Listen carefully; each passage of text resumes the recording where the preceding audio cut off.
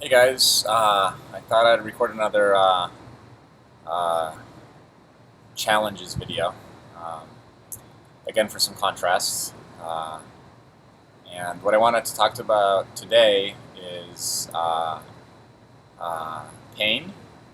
Um, and I'd love if anybody has any feedback on this because it doesn't seem like there's any kind of clear black and white instructions on this. But um, I'm in a ton of pain. Obviously, I think I bruised or cracked my ribs when I fell. I know when I woke up, I was laying on a bunch of rocks, and I had that's where I felt most of my pain was in my ribs. Um, I also have a ton of pain in my back. That's mostly surgical pain, so not from the fall. I have two long metal rods that are screwed into my vertebra, but to be able to put them in, they had to cut through some of the muscles in the back, um, and they're healing, and there's a lot of pain there. So I guess my question is you know, what is the most effective or best way to approach it? There's a couple issues that this causes. One obviously is if I'm in pain all day, I get weak. Um, it definitely drains my energy. So I take painkillers. I'm on oxycodone or oxycodone twice a day. It's a extended release, so it runs for 12 hours, and then I usually top that off with some Norco, either one or two pills, depending on how much pain I have and what I want to do. Whenever I see my boys, I always pop two just because you got to stay strong for the boys, or for Sophia too. But especially for the boys because uh, you got to have this male um, overpowering presence in front of them because they're boys, and they need to know I'm still the strongest guy in the world. So I'll pop two. But the question is, I go to the gym. I Before physical therapy, I tend to definitely try to pop a pain pill. Um, Mainly because I trust the physical therapist is putting me through motions that are not harmful to me. Um, when I go to the gym to work out, then I actually try to avoid it because, I'm just doing various workouts and pain can direct you. And I have a lot of pain in my shoulder, actually a ton. Um, just, this hurts a lot. So this is like a 6 right here. Actually putting it down hurts too. Um, so I have a bad shoulder. I have arthritis in my shoulder. And I know that strengthening my rotator cuff muscles helps. So I do try to focus on that. But then the question is, do you take painkillers so that you can hit them harder and actually help? I know that if I have no painkillers, I literally can't move. So there's nothing I can do.